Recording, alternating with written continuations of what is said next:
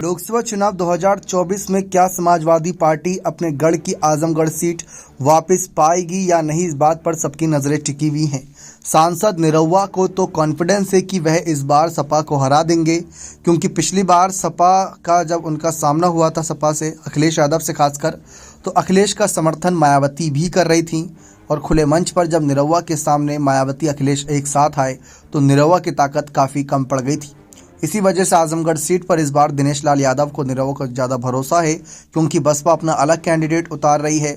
ओवैसी की कैंडिडेट को लेकर चर्चा है और वहीं सपा और भाजपा में तो टक्कर है ही।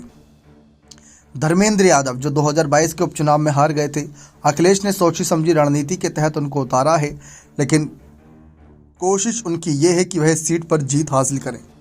फिलहाल जातिगत समीकरण के आधार पर अगर हम देखें तो ज़्यादा मुश्किल नहीं है समाजवादी पार्टी के लिए सीट पर जीत हासिल करना, क्योंकि दिनेश लाल यादव निरहुआ की जो जीत हुई थी वह 8,000 से ही करीब अधिक मतों से हुई थी।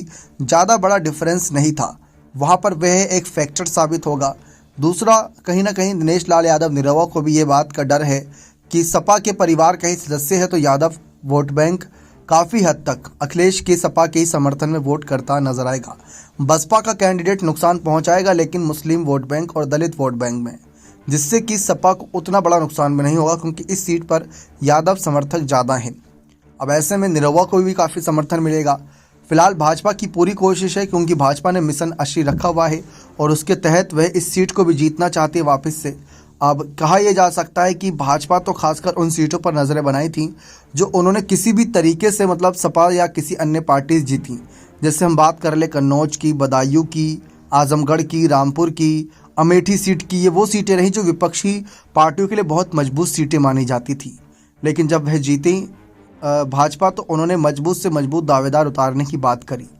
फिलहाल आजमगढ़ सीट पर चर्चा है कि क्या दिनेश लाल यादव निरहुआ फिर से खेल कर पाएंगे या इस बार सपा उनके साथ खेल कर जाएगी।